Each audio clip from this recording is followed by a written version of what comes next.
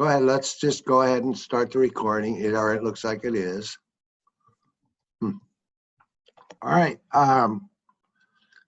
Today is, I gotta look, what day is today? It is September 15th and it's 10:08. Gary, do you want to call roll? Yes, thank you. Chair Bernard. Here. Commissioner Fisher. Well, her screen's here. Commissioner Savas. Here. Commissioner Humberston. He's on mute, but he's here too. Here. You do have a quorum of 4 commissioners, Chair. All right. Gary, what's up on the agenda first? Yes, we're going to start with wildfires update. We have Nancy Bush, Director of Disaster Management and our Incident Commander for this Emergency Operations Center to present. Go ahead, please, Nancy. Hey, good morning and thank you, everyone. Happy to be here today. So I'm just going to do a briefing of what I learned this morning about the fires that we have here in Clackamas County and go over a few things there. So a Riverside Fire, which of course is our largest fire at this time, which is also under the jurisdiction right now of our federal team. So at this point, it is still 0% contained. However, they do expect to see some numbers and percentages coming up today about containment. They are expecting the smoke to clear a little bit today, but still there may be smoke from other fires coming in, but they're hoping at least that the smoke will clear just somewhat today. Our fires that are at Unger and Wilhoit fires are now lined, I think 100%, sorry, they are lined 100%. That is not a containment number yet, but that is, you know, what happens before we do have containment. So they're very confident with those. Dowdy Fire is now about 20% lined, but they continue to make a lot of progress on that. And that number actually was from yesterday, so that they do believe that number is up, but they just haven't heard from the field yet. There was a small fire at Graves Road, which they worked last night as well. And if it isn't under control by now, they're hoping to get it under control very quickly. Riverside continues to move very slowly, but it did move somewhat last night. It had been kind of, the words he used were smoldering, but they did see some movement, but it was a very slow movement. We do not expect at this time that Beachy is going to actually come together with Riverside, considering the terrain. They're not expecting that at this point. So that's kind of the update this morning. I do just want to say that all of this is very volatile and, you know, very fluid. So what we are seeing right now could, of course, change very quickly. A couple of other things I want to let everyone know that's going on here in the Emergency Operations Center. We're working very closely right now on damage assessment with our firefighters as well as our law enforcement officers. We do have a team that we had put in place actually in March in anticipation of a large event that are here now to assist with us. We do not have, you know, any debris removal going on at this time. That will take some time as we move forward, but we are working on the damage assessment and with our Oregon Emergency Management as well, and sending some things up to FEMA on some of the very complicated estimates that we've been able to put together there. I also want to say that we do continue to have people who are sheltering. We have our RV center, which is at the Clackamas Town Center, who's been just an outstanding partner in this as well. And Multnomah County, who has been an outstanding partner, because they are helping us staff that one, as well as our shelter, our congregate shelter, which is at the Oregon Convention Center, which of course Metro and Multnomah County have been really good partners there. We do have a lot of great partners out there, and there's too many to mention right now, but I just want to say thank you for all of them, because I know we all know that this is, you know, this is about our residents and our communities that are impacted, and it's about helping them get through this as we move forward, and we have to have everyone to do that. So I just want to say thank you. So that's my fire update right now. So Nancy, I need to probably give one, and that is yesterday I signed an agreement on the Beachy fire to put it under control of the same people who are controlling the Riverside Fire, which is the feds. Yes, that's right. It's just a different team. Yes. And that's the part in Clackamas County, I believe, not the entire fire. That is correct. It's only Clackamas County, unincorporated. All right. Thank you. Thank you. How about COVID? Are you doing the COVID update? Yeah. You have questions though first, Chair. Okay, I've got to get my screen up. Commissioner Fisher. Okay. Mr. Thank you. Fisher. Thank you, and thank you, Nancy. So there's lots of talk about the health effects of the smoke, and there was a good article in the Oregonian today. I don't know if everyone saw it, that said that we don't have a lot of science around it, but there's some little bit of research that can give some ideas. My question is, can we effectively, do we have the science to do an air quality forecast into how far into the future? I don't know. I'm not sure. I mean, we use the EPA website for that. I can have someone investigate that because I don't know. That's not a science I'm aware of either. So I can have someone check into that though. Don't see any other questions, so we'll move on to COVID. Yes, go ahead, Nancy, please. Coronavirus. Okay. All right, thank you. So first I'll let everyone know that as you know, we have 2 EOCs that are going right now. We're going to be bringing those together because we're starting to see a lot of overlap. And I'm working with Philip Mason Joyner right now, who is my co-commander for the COVID piece, making that happen as smoothly as we can. So one of the things that we are changing is that you will not be getting our situation reports 3 days a week now. They'll only be 1 day a week because of some burdens on staff. And also there's some things in COVID that are just moving a little bit slower or just are more routine at this point. So there's changes there. We'll be bringing more people together as we try to manage both of these large events that we have here in Clackamas County. So for our numbers today in Oregon, there's 29,484 positives. And I'm sorry, this is as of yesterday, 511 deaths. And I'm sorry, Nancy, I'm sorry. Would you say that number, the first number again? Oh yes, 29,484 positive, 511 deaths, and over 585 negatives. Clackamas County has 2,168 positives, 59 deaths, and over 55,000 negatives.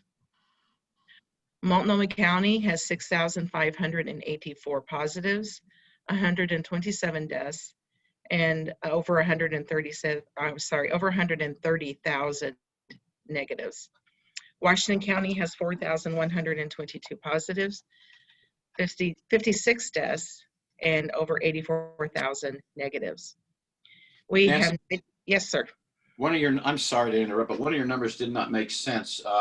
You said statewide, 29,484 positives, 511 dead, and then you said 585 negative, but then for Clackamas County, you said 55,000 negative. Is that 585,000 negative? No, for Oregon it's 585,000. That's okay. You didn't say thousand. That's why I got confused. I am so sorry. I apologize for that. That's okay. Yeah, 55,000 negatives. For Just want to be sure I wasn't hearing it wrong. No. I apologize. Statewide, we have 95 hospitalizations, which is going down.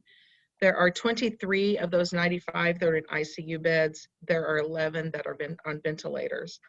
There are 161 adult ICU beds that are available statewide and 790 vents. So for Clackamas County, for the week of 9/7 through 9/13, we had a case count of 92, which is around 22 per 100,000. I was asked to make sure I mention here that we expect this cases to increase when our testing sites are come back online. And when, you know, some of the things that are going on with our wildland fires, and, you know, people getting together and having to move around more. So that is a low number, but they want us to be very cautious about that. Our outbreak types right now, there's 35 total outbreaks here in Clackamas County that we're working. 17 of those are related to workplace, 5 are food or farm, 10 are long-term care facilities or retirement places. Daycare is now 0, and healthcare is 1, and other is 2, again for a total of 35.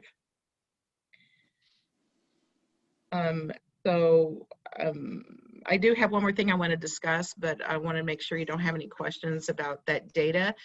Dr. Sarah Present and Philip Mason Joyner will be with us on Thursday to go over the data a little bit more thoroughly, and we'll have the new metrics for the week. No? I don't Okay. see any questions. Okay. So moving on, as everyone knows, we do have CARES dollars for COVID that has been assigned to us. And I have talked to our county administrator and let him know that we're looking up to putting up $2 million out there for businesses and grants.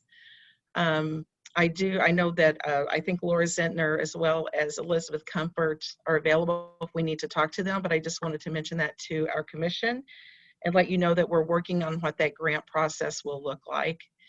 And actually, I think there's a meeting this afternoon to go over some of the details, but I just answer any questions about that before we move too far forward.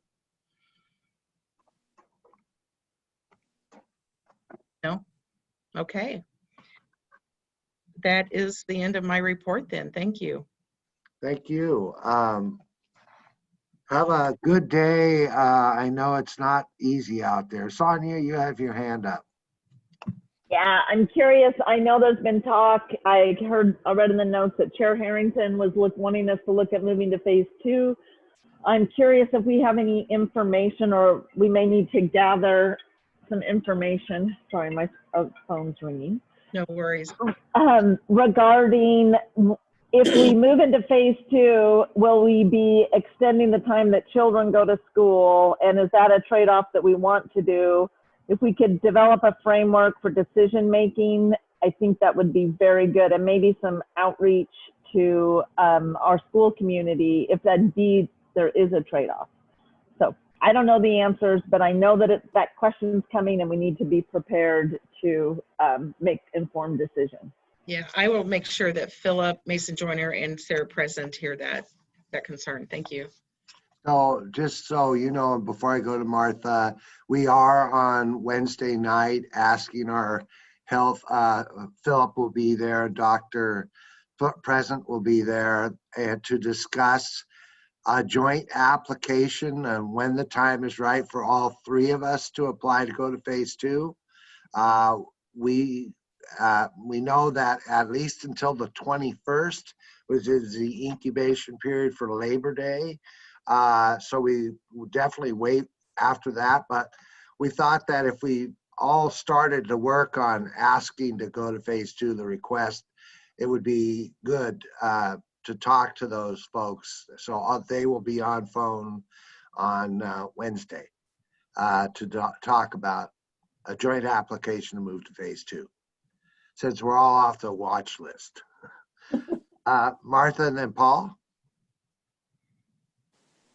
Well, thanks, Nancy, for all the work that you've been doing, and congratulations. It's an honor to work with you, I have to tell you. Thank you very much for that. I have a question for you, though. Yeah, the incubation period from Labor Day, are we going to have enough tests available to see? That's one thing I'm concerned about. Is there still a lag in information from testing, and has everything else we've been dealing with made that worse? You know? You know what, I don't have confidence answering that question right now because I haven't had that conversation with Dr. Present. So I will make sure she also gets that, and we'll get information back to you. All right. And also thank you and congratulations. Oh, thank you. You as well.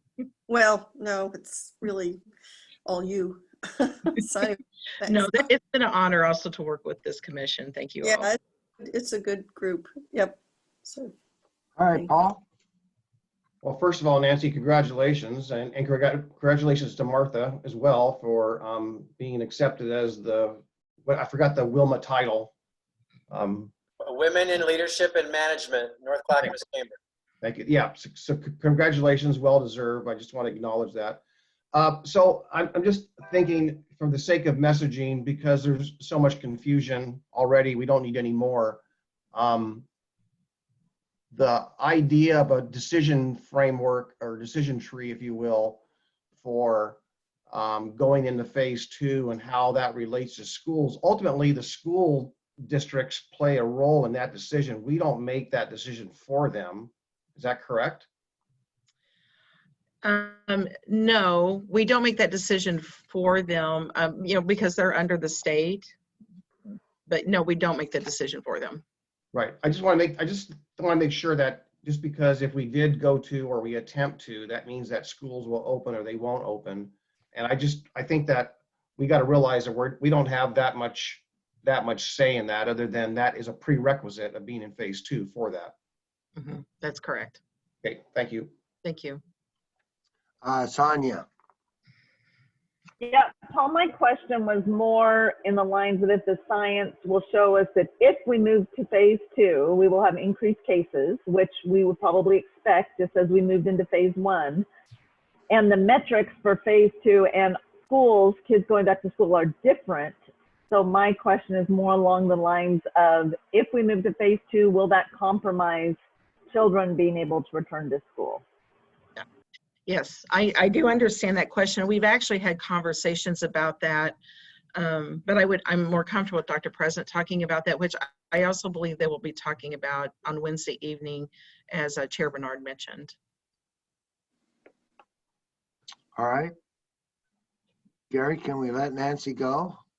Yes, thank you, Nancy, very much, and for all that you're doing for both wildfires and our COVID response. Thank you. Thank you. All right, next, if we can bring in Jennifer Hughes and Mike Besner, please. We have House Bill 2001, rulemaking, an update, and a proposed letter for you to consider to sign, which I sent you late yesterday, commissioners. So staff will give you a further briefing on this. So one moment, please, as staff comes in. All right, there's Jennifer and there's Mike. So whoever would like to start, please go ahead. All right, well, thanks for giving us some time this morning, and I'm actually just going to let Jennifer get right to it. Good morning, I'm Jennifer Hughes, the County Planning Director, and I want to talk to you about the rulemaking that's going on for House Bill 2001. That is the missing middle housing bill that was passed by the 2019 legislature.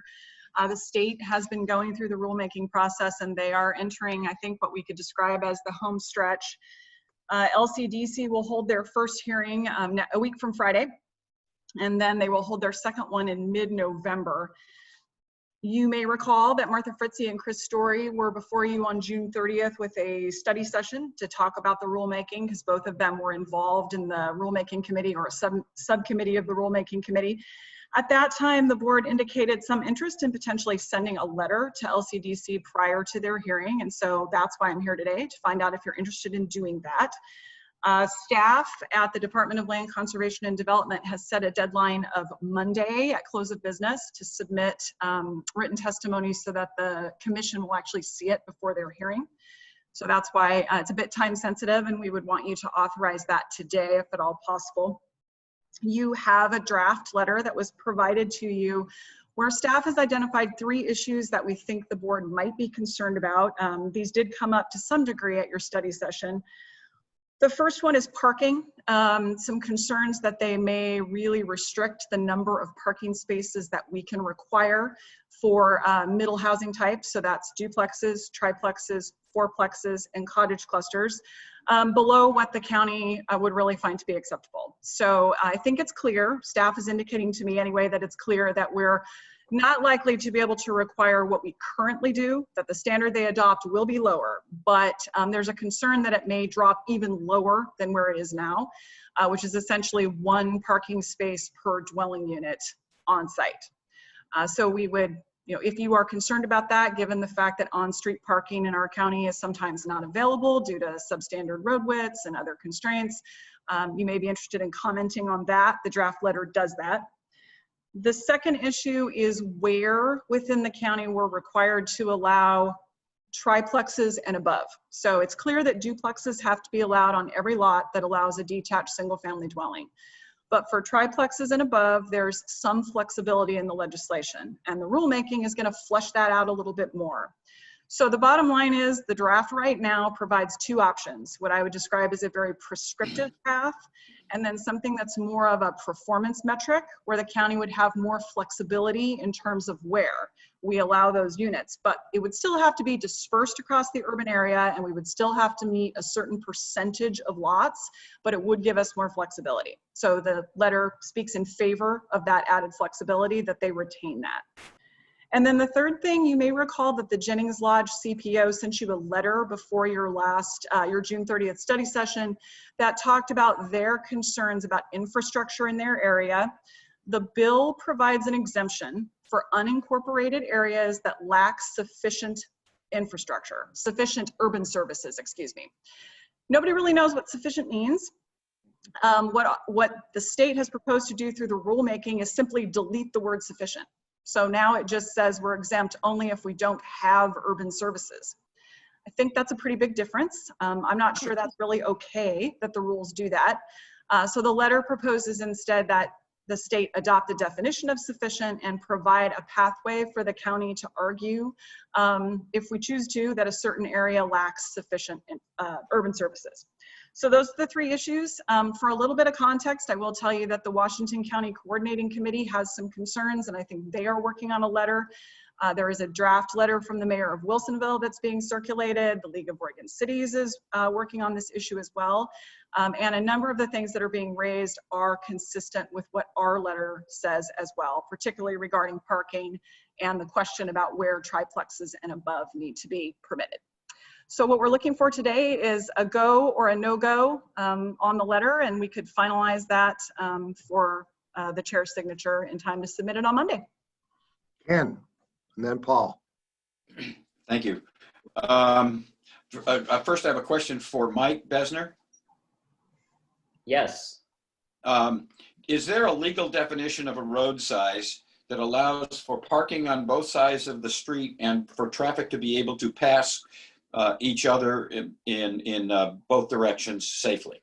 Well, yeah, I mean, there's lots of guidelines, and our Clackamas County road standards address that as well. We have minimum road widths with and without parking. It would seem to me that an urban level of services includes the ability to park on both sides of the street and have traffic pass both ways. It's just one of the issues that areas like Oak Grove Jennings Lodge would face, and I suspect that Commissioner Savas would somewhat agree with that. Then the other areas in general conversation is, obviously they don't have sufficient park services. Mass transit is extremely limited there. I've got a real issue with the idea of only one car parking. Quite frankly, most people nowadays have both parties working if they're a couple, and it generally means that both of them have a car. So how in the world do you, with narrow roads, how in the world do you address issues such as that in terms of urban services and levels of living? And we know right now that Oak Grove and Jennings Lodge are pretty well maxed out on population above and beyond the level of services that are currently provided. So as far as a letter is concerned, I think it needs to be pretty strong that what we're dealing with in our unincorporated urban area is way different than other communities. So I'll stop there. I suspect Commissioner Savas has got even more of a view on that than I do. I just want to make sure I understand. Did you want us to add to that section, or were you okay with the way it was worded? Well, speaking for myself, I would say that if you don't have parking on both sides of the street and allow traffic to be able to pass one another safely, then you've got to have parking off the street, and one car doesn't cut it. So we can add something about safety? Is that what you're? If you want to call it that, yes. And by the way, you could add sidewalks to that too. In areas such as that, they don't. Many of them do not have sidewalks. Yeah, I know that, Portland has many roads with parking on both sides where you cannot get two cars past. I think we'll stay away from referencing that, but we could probably add something in there about the safety concerns we have of roads not being wide enough to accommodate the on-street parking. Fair enough. On-street parking might be a word. I'm sorry, what was that? Adequate on-street parking. Yeah. Paul?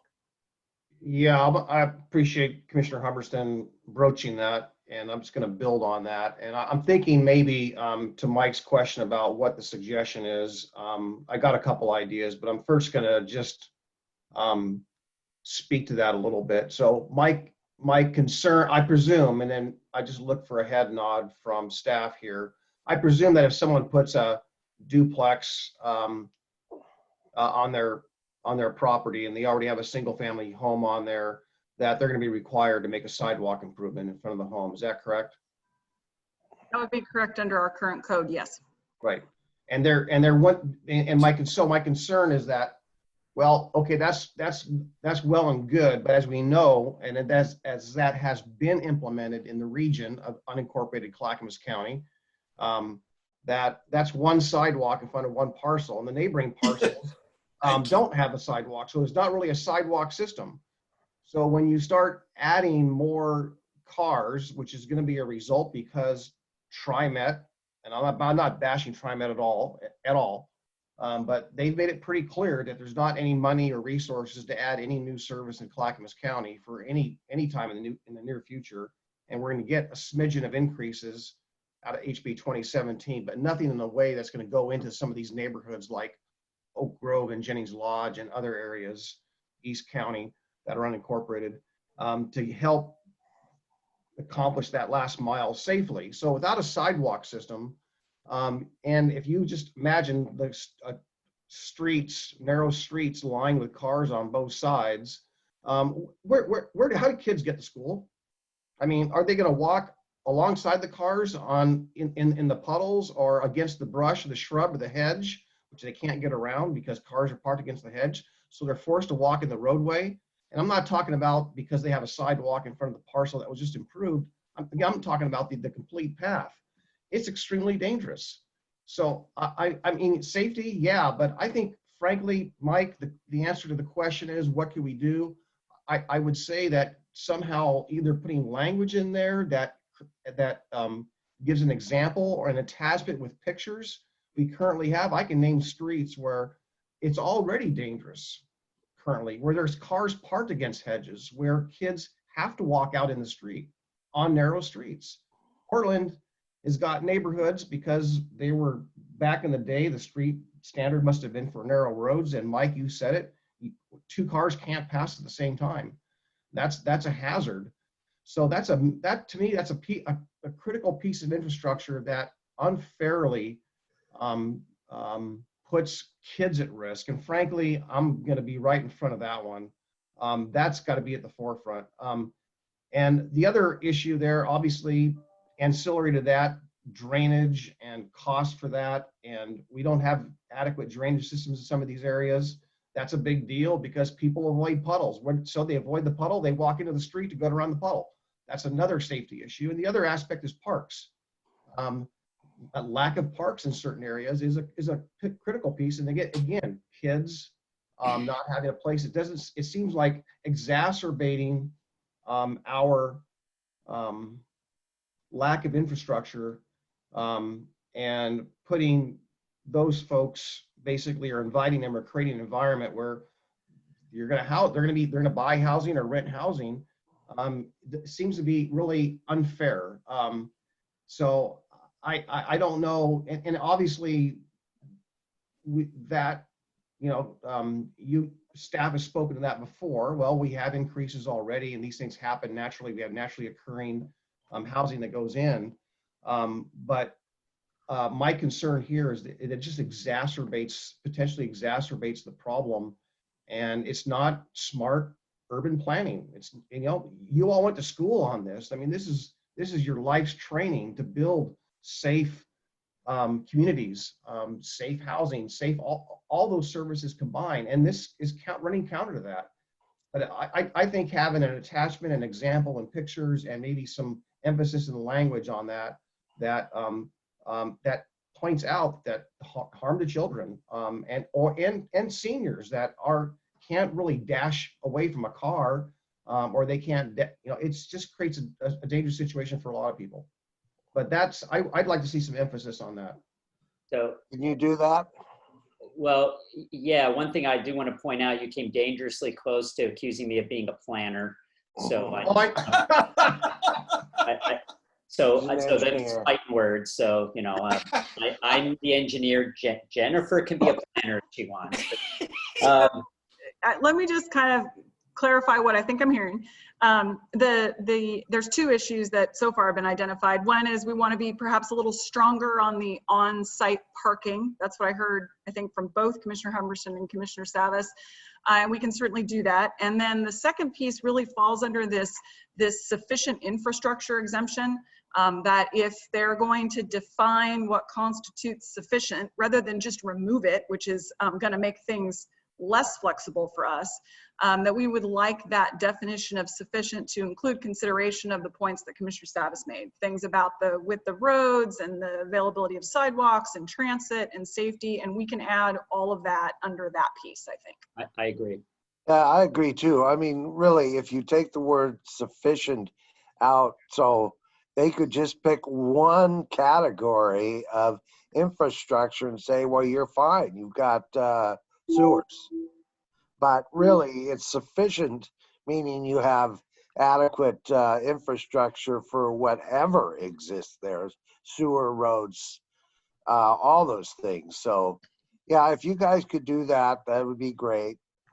Now, the other part of this is this, Jen, when do we have to have this submitted by?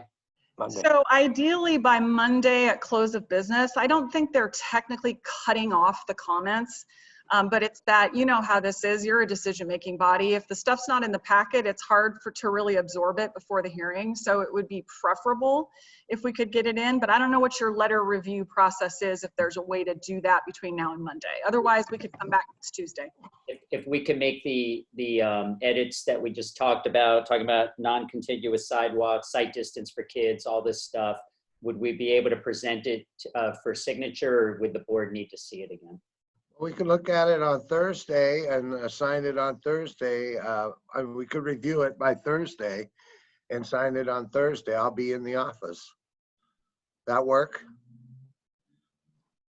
Yeah, I just want to add one thing, and I don't think I'm being redundant, but I just want to put a little bit more emphasis on this. So getting back to this idea or concept of removing the word sufficient, I think is dangerous, because when you're talking about safety and you're not having, you can't use the word, I mean, you adequately, keeping the word in there allows it, but sufficient can take into consideration safety issues. You take that word out, then you can't even factor that. That's just wrong. Okay. We will update the draft and get it available for Thursday for a signature. Okay, great. Thank you. I'm sorry, does the board want to see it one more time though on Thursday? The letter draft? Why not? I'm fine. All right, so we'll do it at the business meeting on Thursday, please. If you can have it a little bit before so the board can review it. We'll work on it today. Great. Thank you. Okay. Just be as aggressive as possible on this one. Okay, so we'll keep Jennifer and Mike in the room for the next topic, affordable housing parking standards. Please go ahead. So this is, I guess, somewhat related, but in that we're going to talk about parking again. The board has received a request. Well, technically I've received a request, but you're the only ones who can decide whether to approve or deny it, to reduce the multifamily housing parking standard that applies through the zoning code for an affordable housing development near the Fuller Road Light Rail Transit Station. If you grant the request, you would be doing that pursuant to your emergency declaration for the housing crisis that allows you to waive provisions of the county code. You may recall about 18 months ago, Dan Chandler brought you a similar request for an affordable housing development immediately north of this one, which you granted. And that project is one that has now moved forward under the Metro Housing Bond funding. This request, though, candidly, is for a greater reduction than the one that was proposed for that development. So I want to be clear about that. The justification provided by the developer is that parking drives development costs, reduces the number of dwelling units that can be built on a site. And in addition, that proximity to transit and lower income levels of residents are factors in reducing car ownership rates. I think that's all true. The question is, to what extent does it reduce parking demand? And that's really the question that staff is wrestling with. In this particular case, the developer has a partnership with Do Good Multnomah and plans to develop permanent supportive housing for veterans with incomes at 30 to 50% of area median income. The developer did provide a parking and car ownership analysis for 4 currently operating Do Good Multnomah sites, which indicated an 8 to 12% car ownership rate. A couple of those were for shelters, and staff doesn't really think that that's necessarily analogous to an apartment development, but the other 2 sites were apartment developments. In particular, we looked at the Clayton Moore Commons in Oregon City, which has 24 units and 31 parking spaces. That's 20 on site and 11 on street. Martha Fritzie was kind enough to drive by the site. She's done it several times, but she actually, recorded it a couple of times. And it looks like parking is actually running at about half a space, or maybe as much as 0.6 of a space per dwelling unit, which is more than what the applicant is requesting we reduce to. Now, I will say the site in Oregon City is on a frequent bus line. It's not on light rail. So there is a distinction in terms of transit. What the developer is requesting is a range of 0.3 of a space per unit up to 0.5 of a space per unit. Based upon the unit size, it would vary. It's a significant reduction. It results in a 66 to 75% reduction in what our code would ordinarily require for on-site parking. The previous reduction you granted, that developer was originally talking about parking at 0.7. Ultimately, they have it parked at about a 1-to-1 ratio, including on-street parking. Staff looked at other developments. There's another affordable housing development in that same Fuller Road area, which is also parked at 1-to-1. And there are some workforce housing developments in the town center area that are parked at 0.8, maybe 0.85. So I guess what I'm saying is, I think a parking reduction is warranted for this type of development, but what they're asking for would be less than we've ever permitted for any other site. And I'm not comfortable at this point with the data we have recommending that you go that low. I think if you are interested in granting the reduction, we would be more comfortable with 0.5 to 0.6 if you're down at like the 30% AMI. But as you start approaching that 60% mark, the data that we have is saying it's more like 0.8 to 1 unit, 1 parking space per unit. So roughly speaking, for what they're proposing, we would be comfortable with something in the neighborhood of 0.6 or 0.7 per unit, but not as low as what the developer is requesting. For a little bit of context, you are going to be asked to consider this issue more holistically for the urban area of the county as part of the Housing Strategies Project, where we would be looking at potentially amending our code. We've started research on that, but it's not done yet. And so I wouldn't anticipate that that would be coming to you until after the first of the year. So this is kind of a site-specific request, but would not act to change the county's code in general. All right, Ken and then Paul. Question, Jennifer, are we going to be overburdening a particular area with multiple facilities with less than what you might call less than adequate parking? Right. Is my first question. And the second is, how close are the public transportation alternatives to the proposed project? So for your second question, very close. This is really right at the Fuller Road station. It's just Okay. slightly north of the park and ride that's there. The project that you looked at 18 months ago is actually redeveloping part of the parking lot at the park and ride. The development agency is right now putting in some, or at least I think it might even already be under construction, I'm not sure, some infrastructure there in terms of streets so that there will be more on-street parking moving forward than there is right now. But I think the answer to your first question, I don't have a crystal ball, and it makes me a little nervous. I don't know what the ultimate burden will be on the on-street parking in that area. If there's spillover, the likely result would be cars parking in commercial parking lots because that's what's there, right? Obviously, business owners will not be pleased about that. So that's my concern about going too far. That said, our standards now are high. I mean, they are high. And so some reduction seems appropriate. I get nervous at 0.3 or even 0.5 if we don't have the data to support it. And I think probably the strongest argument in favor is the proximity to the transit and the fact that this is a particular, sort of demographic where Do Gold Multnomah has experience with it and is telling us, this works on their other sites. Again, what we've seen at Clayton Moore Commons, it's more like the 0.5 to 0.6 and not as low as 0.3. So the level you said you were comfortable with was, once again? I was hedging a little. I said 0.6, maybe 0.7, depending on sort of number of bedrooms. You could probably work this so you give me a little flexibility based on what they actually submit as their final unit mix with maybe a don't go below, I would be comfortable with that. That's essentially what the board did with the previous one. Okay, thank you.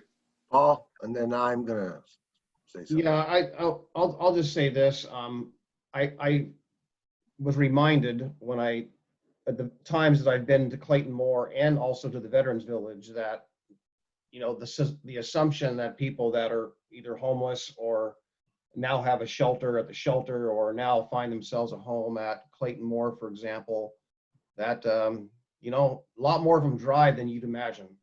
And that was a discovery that I made to point in times where, and Ken, this when there's not almost say an event, it's really not an event, let's just say it's the Saturday night meal at Clayton Moore, and they have some guests come by, and I'm parking 2 blocks away because there's not enough parking at Clayton Moore.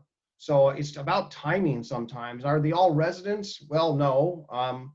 But there's that. It's like going on Foster along the 205 corridor where the light rail line is in the morning when people left for work. Yeah, there's parking, but you go there at 8 o'clock at night or 9 o'clock at night, or especially on a Friday, and there's no parking. So I'm in agreement that I'm not even comfortable saying no lower than 0.6, but even then, much below that, I just can't fathom that. And along near Clayton Moore is the bus line that goes up and down. I forgot the name of that line, or the number of that line, but there is that bus line there. So there's transit very close by, certainly not light rail, but I don't see much difference. It's transit and the walking distance is near the same. And yes, that would have an impact to the Fuller Road. It'd have an impact to the property owners to the west, the shopping center. And I hearken back to a time when I got a phone call from someone saying that they parked in a parking lot and their car was towed, and they can't afford to get it out of the yard. And every day that storage fee was growing. These people can't afford that. And if people are forced to park in the shopping center on private property, that's just going to create havoc and a burden to everyone. So I think we need to be responsible when it comes to that. And what's available nearby on Fuller Road? Not much. I know that area pretty well. And I don't know what the impact's going to be with the housing development on Audi around the corner, but it would seem that with all those units there that I'm expecting overflow on Audi Road.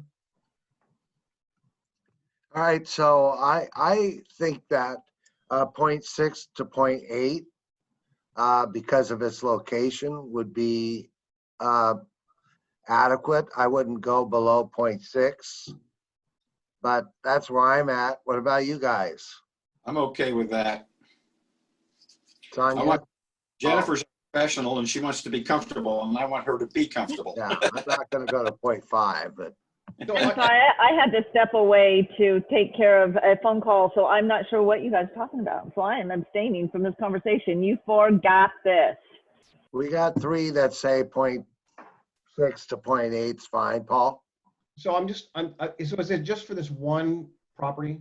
Yeah. Yes. One project? Yeah, I'm a little bit more comfortable because it's for this one, because I think we need to go back and look and see how these things all pan out. But I can't believe I'm even saying that, because I know how that pans out for Portland, and it's not pretty. It ain't working.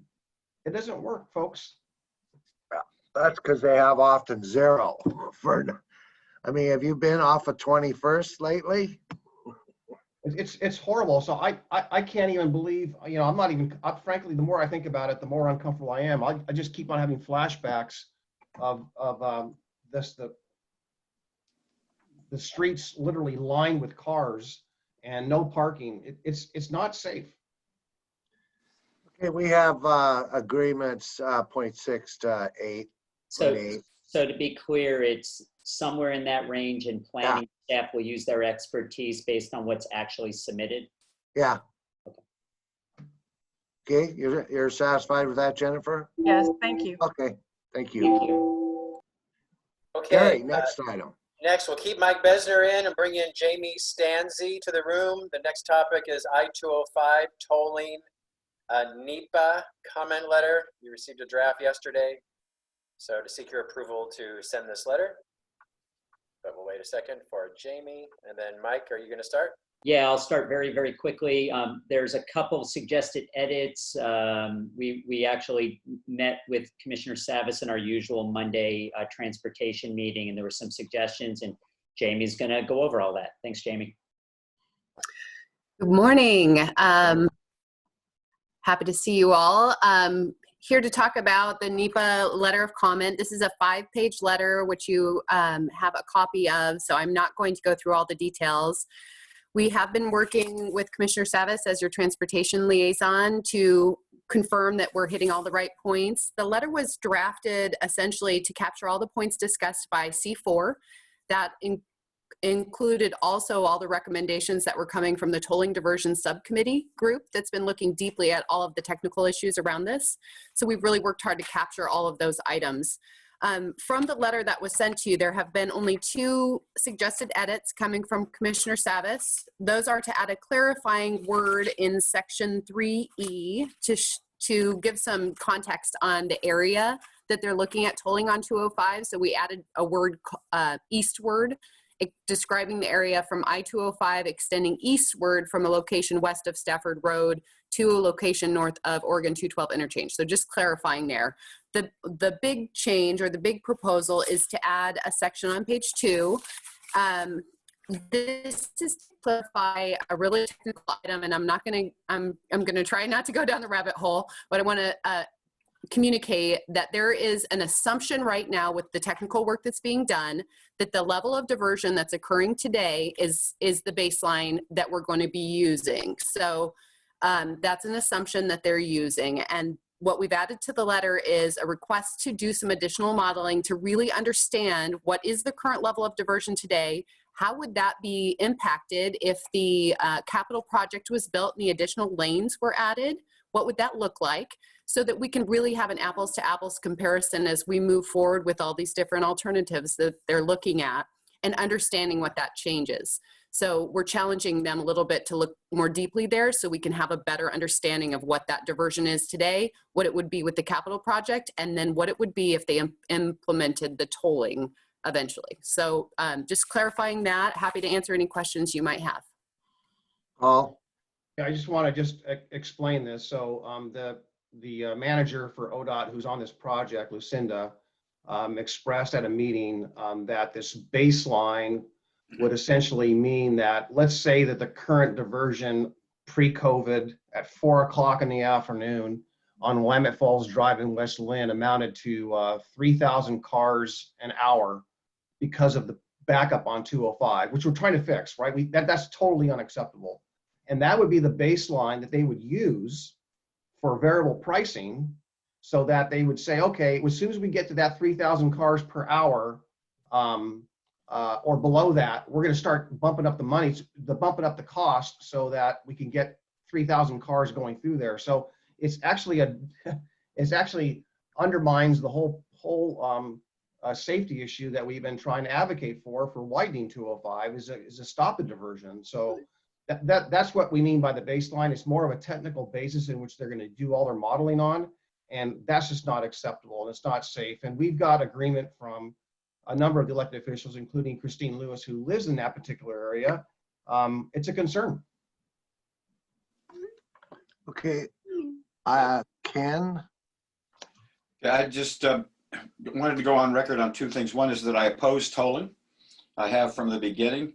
I think this is a project that should be done by the federal government on a federal road, and that they're passing the buck to us. I will say that if it had to occur and there was no alternative, then item 7 in your letter is what my focus would be on. We either share the pain regionally, or we don't do this, in my opinion. But I personally do not favor tolling. Yeah. All right, so are we satisfied with the letter as written, as amended?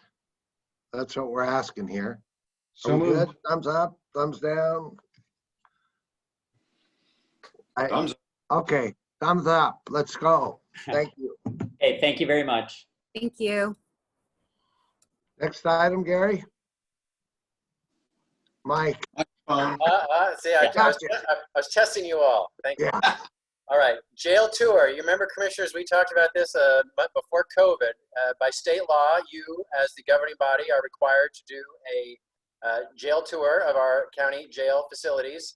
That has not happened for this calendar year, and it must happen by the end of this calendar year. So my question is, you have a choice. You can delegate this to me, and I can do the tour on your behalf, or one or two or all of you can do the physical tour, but you must do this by December 31st. So who would like to do a tour, and we'll make it happen? Ken and I would, Sonia, you want to go? Oh, really? So why don't I delegate this? Usually I do this every year. Sonia and Ken willing to go? I'm willing to go. Just have Ken schedule all 3 of us, Gary. It can be all of you. That's totally fine. So I've done it for all these years, unless they've done something different. I've done it so many times that it's still the 1950s jail, I remember, so I'm okay. So If others want to do it. for the commissioners, Ken and Sonia. great. And you? I will do it myself too. So the 3 of us will do it. I'll arrange it with the sheriff's office and be back in touch. But again, it has to be by the end of the year in person. So I will coordinate that with you. Yeah, I'm going to hope I never visit it again. Thank you. All right. Next, review of your business meeting agenda for this Thursday, September 17th, 2020. You will have a wildfire update, a COVID update. You have a presentation on the Health, Housing, and Human Services food drive that happened earlier this year. You'll have a Housing Authority consent agenda, a public hearing, the first reading of a amendment to the county code on noise control. This is what you authorized at a policy session several weeks ago. And then a consent agenda that's actually pretty small, and nothing appears controversial on that agenda. If you do have any questions prior, please let me know and we can answer those for you before Thursday. I see Commissioner Humberston has a question. Yeah. Yes, they've shifted this week to the food deliveries to Thursday. So I would like to attend via telephone while I'm driving, assuming that I'm able to go out to the rural areas and deliver the boxes of food. If those areas are closed down and I can't go, then I'll obviously attend the Zoom meeting. Yes, we'll have the phone line. There's a phone line option through Zoom. We can have that ready for you to go for Thursday. Thank you very much. Okay. All right. With that, move on to advisory boards and commission appointments. Christina, please go ahead. So I have just one appointment today. It's for the Veterans Advisory Council. It's staffed by the Social Services Division. They currently have 10 openings, and they're due to term expiration and resignations. They did have 13 applications, excuse me, and they recommended 12 for the appointment. The first one was withdrawn. That was Stephen Underwood. It would have been his first appointment. Second is Masood Kasarabdabi, his first appointment. Thomas McLarney, first appointment. Joseph Kwavinsky, first appointment. Lori Kimmel, first appointment. Frances Washburn, first appointment. Tracy Bogard would be her third appointment. Jerry Craig, second. What changes do you want to make? Paul Edgar, second. Ransom Green, second. Larry Mosley, second. Jennifer Wagner, third. And Scott Southard, second appointment. So moved. Second. It's been moved and seconded that we appoint the slate as presented. Any further discussion? Please poll us. Okay, Commissioner Fisher, Aye. Commissioner Humbertston, Aye. Commissioner Savis, Aye. Commissioner Schrader, Aye. and Chair Bernard. Aye, motion carries unanimously. Thank you. Next item. Hey, by the way, there was a suggestion that maybe a commissioner, along with Gary and anybody else appropriate, meet with the sheriff on a weekly basis and can express interest. Anyone else interested in doing that? I would be too. Oh, Yeah, okay. I would be too. I would I think the sheriff needs to come talk to us every week. All right, why don't we see if we can get the sheriff to come every week to talk to us as a group? I will talk to him about that. All right, thank you. Then we don't have to worry about a liaison. May I move on? The next item is Commissioner Schrader requests the Willamette Falls and Landings Heritage Area Coalition Management and Operations Committee appointment. Commissioner Schrader, I can also describe if you'd like me to, but if you'd like to start.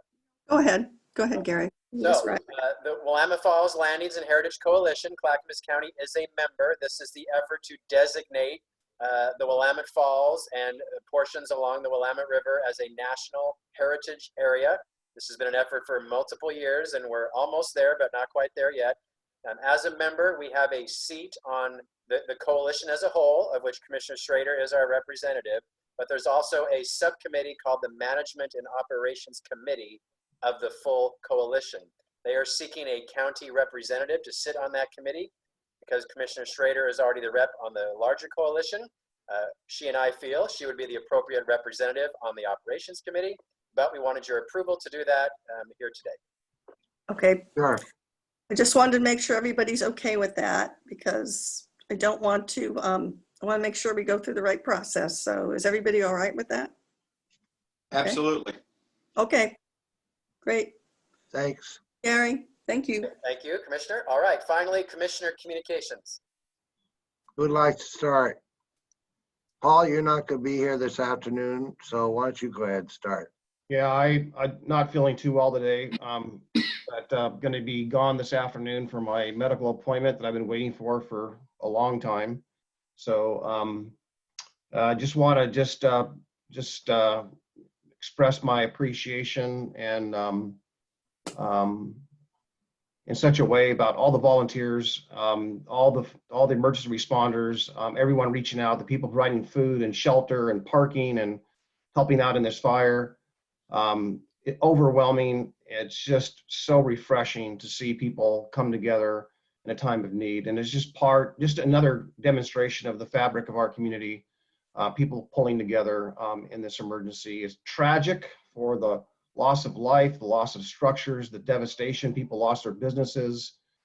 That part is, we're gonna have to really try to figure out a way, and I know FEMA will be involved and we'll figure out a way for assistance. But what I wanted to express and I mentioned this yesterday to staff in a transportation meeting, but I want to bring everyone's attention to something, and this is just from experience and from a wildfire in my earlier life, is that sometimes the wildfire is not as bad as what follows, and that is when there's torrential rains or heavy rains, you can have mudslides, debris flows that can actually submerge or bury communities.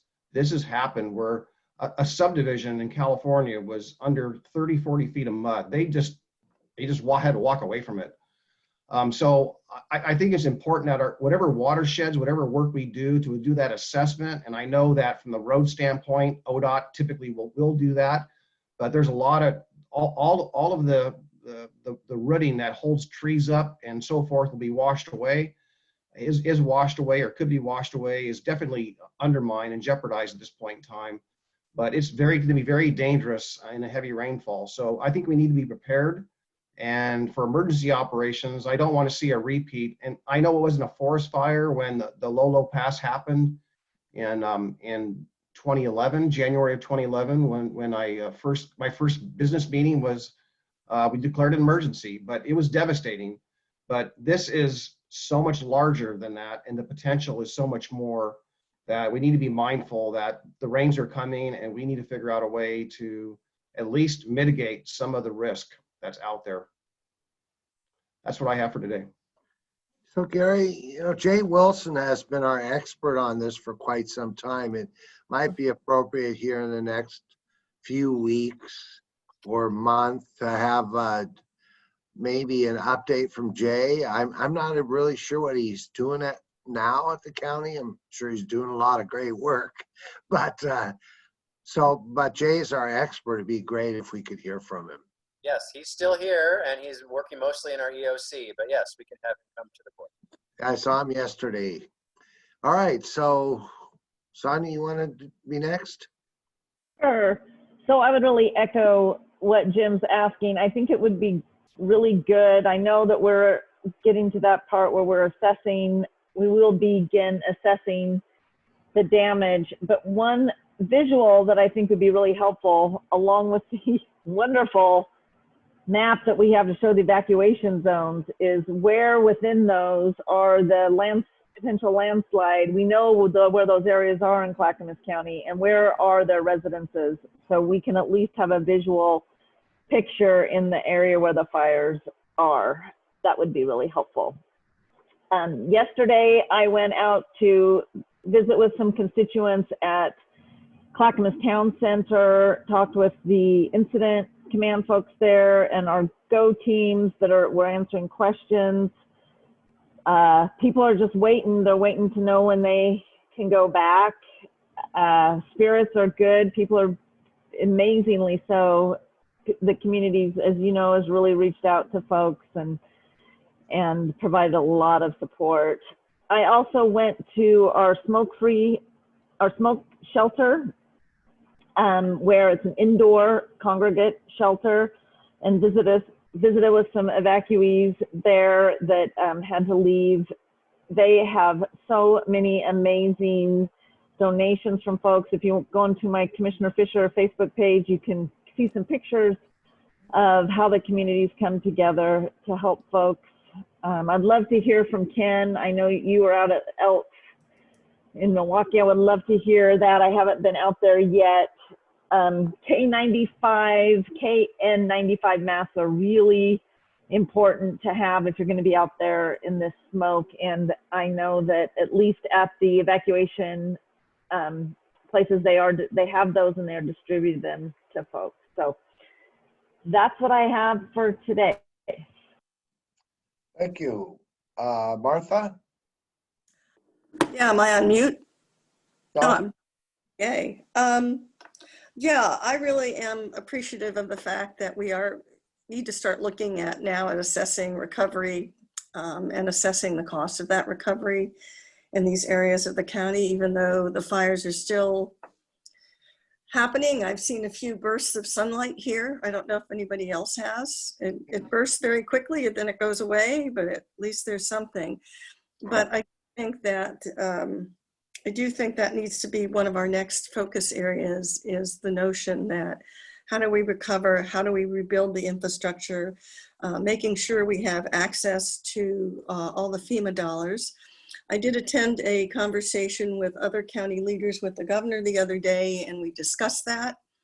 And I think now maybe our messaging, we can pivot a little bit to a better place, as hard as that's going to be, to really start talking about recovery and what that's going to mean to the people and how we aid them doing that. I also had an opportunity to be on a Zoom call with Fujian, China the other day as a member of the Oregon China Council. It was Lou Frederick was there, Representative David Brock Smith was there, Representative Jeff Barker was there. So we had a number of folks who are elected officials on this conversation. I looked at our information directly from our Emergency Operations Center about what was happening on here, and I did do a report which was based on that information specifically.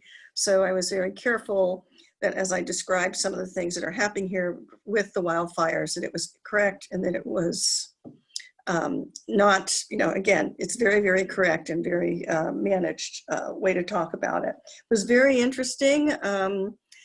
They gave us a lot of information. The Fujian delegation gave us a lot of information on how they were handling COVID. We saw a video about that, and it was fascinating to see. I am supposed to get a copy of it, so I'll be able to share it with the rest of the commission with that. The other thing I wanted to talk about is I'll be working on the childcare issue with Clackamas Workforce Partnership. It is one of our nonprofits. They're going to be having information about that. They're going to be having a talk about it and a panel about how essential that is. And I wanted to mention, I'm proud that Bridget Daisy, who is the executive director of that organization, has actually gotten a Wilma Award for being one of the best nonprofits in Clackamas County. I guess they're going to have to look at funding and how we're going to manage that. I think that those are some of the next steps. And I think in particular, it's going to be particularly a very important issue as people recover from the fires and from COVID.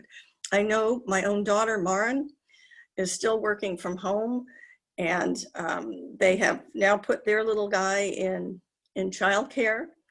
They feel it's safe. That's in Boston. But this is an issue facing all of our families and everyone in Clackamas County at this point. And it is of high interest to our school districts as well as to our business community. So that's my news. Okay. Thank you, Martha. All right. Ken? Thank you, Mr. Chairman. Some thank yous basically are in order here. I want to thank Portland Fire for their assistance on our fire lines over here in Clackamas County. We tend to have our competition with the other counties in our region sometimes, but when push comes to shove, we're there to help one another. So thank you to Portland Fire. The Elks Club, as Sonia Fisher alluded to, I was able to go out there and see what they were doing for evacuees. Their whole back lot was filled with tents and motorhomes and whatnot, and other RVs. They were feeding people. There was an incredible amount of donations from various and sundry organizations to make sure there was food and sundries for people. I did hear that they needed blankets and pillows. And so I put a post out on Facebook to a number of pages, and literally within minutes, I got responses that people were going to drive there with blankets and pillows that they had. Not long after that, Clackamas Women's Services piped in and said they had some and they were going there. The volunteerism of individual citizens and Clackamas Women's Services to get the needs met there was incredible and very much appreciated. Operating Engineers 701 let me know that they had a tremendous amount of food at their facility and that it was available for the Elks or others if it was needed. So we had that in reserve. I want to thank Gary for providing some help to the Elks in the future. That's very much appreciated. And while I was there, the GO teams showed up. So outstanding service there by our GO teams to make sure that people's mental and emotional health issues got addressed. Finally, of course, as you know, the fairgrounds were the recipient of a lot of livestock. So fair board members and staff members were there helping out the folks there that had to bring their animals there. And the chair of the fair board, Ted Kuntz, was actually out on the fire lines as a safety officer in the Sandy area, I believe, working his heart out also to help. So many, many thanks to many, many people for their volunteerism and their assistance in this emergency. Thank you, Ken. I just want to thank Gary and staff for all the work they've done, and the folks out there doing the work, volunteers. In my neighborhood, I see lots of property with lots of horse trailers and trailers. So the community reaching out to help support one another. We are, after all, in this together. So thank you. And Gary, can we go to Strategy? 1:30? 1:30 p.m., yes. All right. Thank you, guys. See you at 1:30. We have strategy at 11:30. Thank you.